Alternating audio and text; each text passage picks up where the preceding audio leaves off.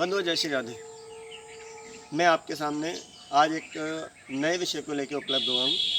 आज का विषय है कि भगवान शंकर के जो 12 ज्योतिर्लिंग हैं, उन 12 ज्योतिर्लिंग में से 2 ज्योतिर्लिंग देवताओं द्वारा निर्मित हुए हैं। तो वो देवताओं द्वारा निर्मित जो 2 ज्योतिर्लिंग हैं वो कौन से हैं, उनका महत्व क्या है। तो बंधुओं, आज का मैं वीडियो शुरू करूँ इससे पहले मैं अपने प्यारे गुरुदेव भगवान के श्री चरणों में प्रणाम, श्री गणेश जी को मेरा प्रणाम, विघ्नहर्ता जी को, और श्याम सुंदर मेरे प्राण प्यारे, मेरे आराध्य श्री राधे रानी और श्याम सुंदर के श्री चरणों में मेरा कोटि कोटि प्रणाम। और इन सबसे मेरा विनती निवेदन कि आप पर, आपके परिवार पर दया दृष्टि, कृपा दृष्टि बनाए रखें, सुख समृद्धि और निर्विघ्नता बनाए रखें, अपनी कृपा दृष्टि रखें। तो बंधुओं, आज का मैं वीडियो शुरू करूं तो आपसे विनती हर बार करता हूं कि मेरे चैनल को लाइक करें, सब्सक्राइब करें और शेयर हो सके तो अवश्य ही करें। तो बंधु, आज का विषय जो हमारे 12 ज्योतिर्लिंग हैं उनमें प्रथम ज्योतिर्लिंग जो हैं वो रामेश्वरम धाम, जो भगवान श्री राम ने बालू से बनाए। और बालू से जो बनाए भगवान श्री राम जी ने, तो नारायण का स्वरूप है, आप जानते हैं भगवान श्री राम।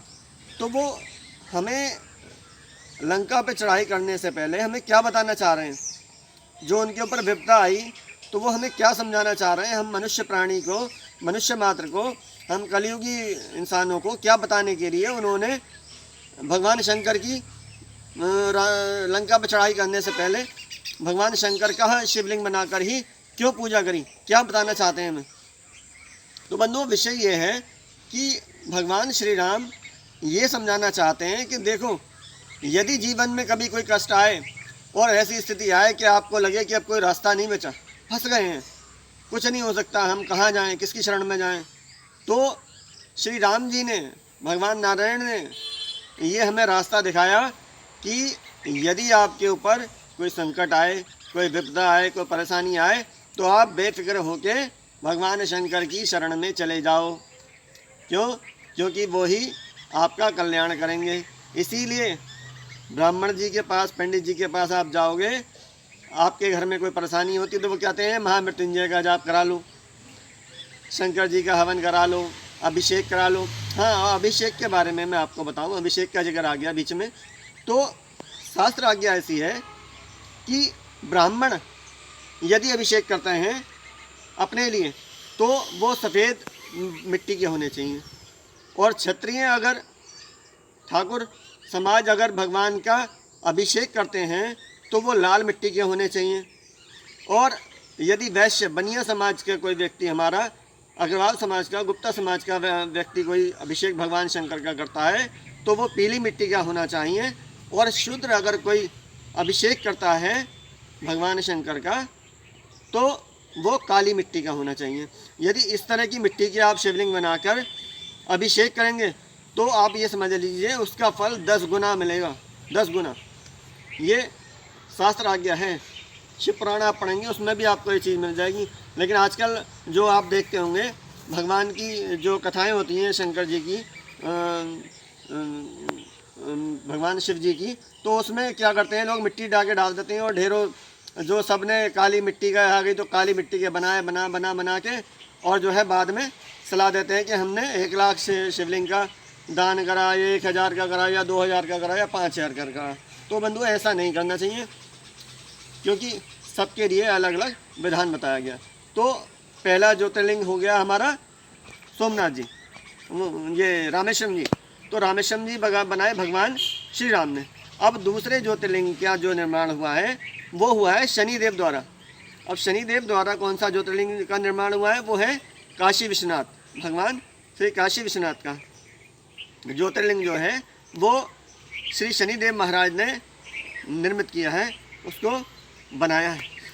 तो यदि किसी व्यक्ति के ऊपर साढ़े साथी चल रही हो, ढैया चल रही हो, घर में परेशानियों का अंबार लगा पड़ा हो, तो आपको करना क्या है कि शनिवार के दिन आपको भगवान शंकर के मंदिर जाकर उनके लिंग पर, जो भगवान का विग्रह है वहाँ मंदिर में, उस पर जल चढ़ाना है और जल घर से लेके जाना है। मैं आपके अपने पहले वीडियो में भी इस चीज़ को बता चुका हूँ कि जल घर से लेके जाएं, मंदिर से जल लोटा वहाँ का कुछ भी इस्तेमाल ना करें, और वहाँ पे एक दीपक जला के आएँ और बेलपत्र चढ़ाएँ। चढ़ाना कैसे? ओम काशी विश्वनाथाय नमः, ओम काशी विश्वनाथाय नमः, ऐसे बोल बोल के चढ़ाना है। तो जब काशी विश्वनाथ जी की हम शरण में जाएंगे तो यदि हमारे ऊपर कोई शनिदेव द्वारा कोई दिक्कत है, कोई परेशानी है, या वो हमसे नाराज़ हैं किसी तरह से, तो वो हमारे जो दोष हैं वो दूर हो जाते हैं। अब सोमनाथ जी का ज्योतिर्लिंग जो है वो बना कैसे, मैं आपको ये बताना जा रहा हूँ। पहले जो ज्योतिर्लिंग हमारे सोमनाथ जी हैं वो कैसे, उनका वो स्वयंभू कैसे प्रकट हुए।